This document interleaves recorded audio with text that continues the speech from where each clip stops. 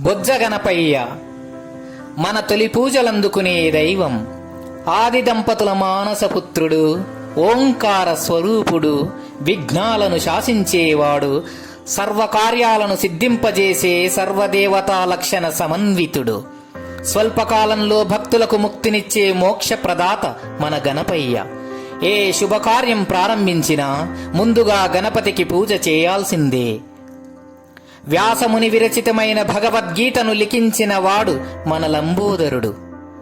తలచిన కార్యక్రమాలు నిర్విఘ్నంగా సాగాలంటే ఆ విఘ్ననాయకుని అనుగ్రహం తప్పనిసరిగా కావాల్సిందే.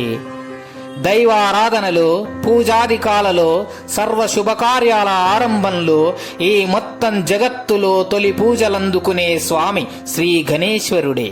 అందుకే ఆయన్ని జ్యేష్ఠరాజం బ్రహ్మాణం అన్నది వేదం. జపహోమాదుల్లోనూ గణపతి పూజే ప్రథమ కర్తవ్యం. నిర్విఘ్నం కురు మే దేవా సర్వకార్యేషు సర్వదా అనేది అందుకే.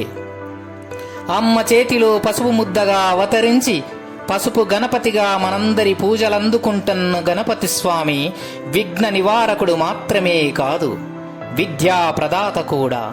అందుకే విద్యలకెల్ల ఒజ్జయ్యుండి పార్వతీ తనయ ఓయి గణాధిప నీకు మృక్కెదన్ అంటూ మనం గణపతిని ప్రార్థిస్తూ ఉంటాము.